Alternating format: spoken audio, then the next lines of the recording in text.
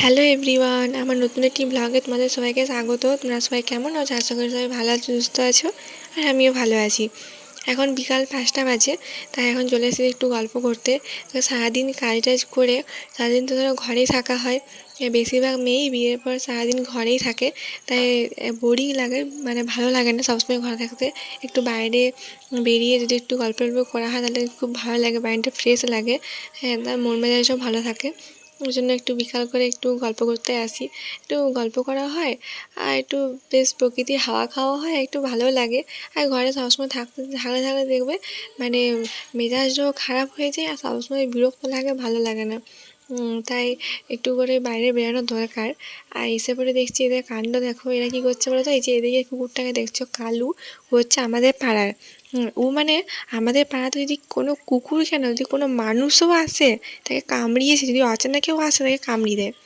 আর এদিকে ওইদিকে পাড়ার কুকুরগুলো আমাদের দিকে আসছিল, যেই দেখেছে ও কুকুরটা এখানে থাকেনি, কালু কালু ওই দিকটাতে ছিল, যেই দেখেছে যে ওরা আসছে সে ওখান থেকে দৌড়ে চলে এসেছে।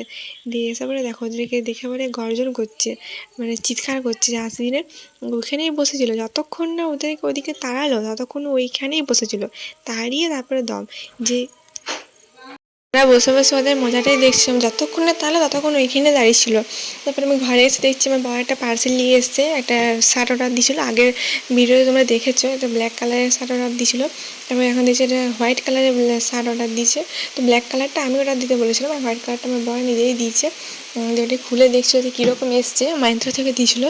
ড্রেসটা ভালোই এসছে কিন্তু, আর কোয়ালিটিটা কিন্তু খুব ভালোই ছিল, কিন্তু একটু বড় ছিল, আর একটু দাবাতে হবে, ওটাই দেখছিলাম।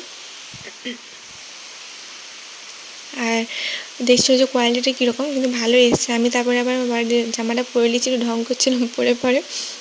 আমি তুমি পরার আগে আমিই পরে নিই। বাবাকে জিজ্ঞেস করছিলাম যে কীরকম লাগছে আমাকে দেখতে। তো বিয়ের আগে আমি এরকম ছেলেদের মতো ড্রেস পরেছি, মানে একটা এরকমই ছিল যে ছেলেদের মতো ড্রেসগুলো মেয়েদের থাকে না, এগুলো। আর এদিকে দেখো মেঘটাকে দেখো, এত জোর মেঘ করেছে। কদিন তো এত গরম ছিল, ফাইনালি আজকে মেঘ করেছে, ওই জন্য মানে অনেক অনেক হ্যাপি, কারণ মেঘ করেছে মানে জল পড়বে, ওই জন্য খুব খুশি ছিল। আর মেঘটাকে দেখো পুরো ভেসে ভেসে যাচ্ছে মেঘটা। আমি ওটাই বসে বসে জানলার সামনে দেখছিলাম যে পুরো মেঘটাকে ভেসে ভেসে যাচ্ছে, দেখতে কী দারুণ লাগছে। আর মেঘটা মানে কীরকম করে আছে দেখো, বাড়িটা মনে হচ্ছে কুয়াশা দিচ্ছে, কিন্তু জল নামিয়ে দিচ্ছে, জল পড়ছিলো, ভালো করে পড়েনি, পিটি পিটি পড়ছিলো। আর মনে হচ্ছে যে এখনই পুরো মানে ঝমঝম করে বৃষ্টি নামিয়ে দেবে, মেঘটা এরকম করে আছে। আর এদিকে মেঘটার অবস্থা তো একদম খারাপ, কিন্তু জল হলে একদিকে ভালো, এই জল নামিয়ে দিয়েছে। আর এইদিকে দেখো একদম বজ্রপাত পড়েছে, কিন্তু এই দেখো লাইট দেখছো, আবার এখানে এমন লাইট জ্বলছে, আমার তো খুব ভয় লাগছিলো, আমি ভয়ে ভালো জানলাগুলো বন্ধ করে দিলাম, দিয়ে আবার ঘরে চলে আসে একদম লাইট পুরো। তারপরে আমি কী করবো, বসে বসে এখন নেল পলিশ লাগাচ্ছি, বাইরে সব দেখছি আর নেল পলিশ লাগাচ্ছি।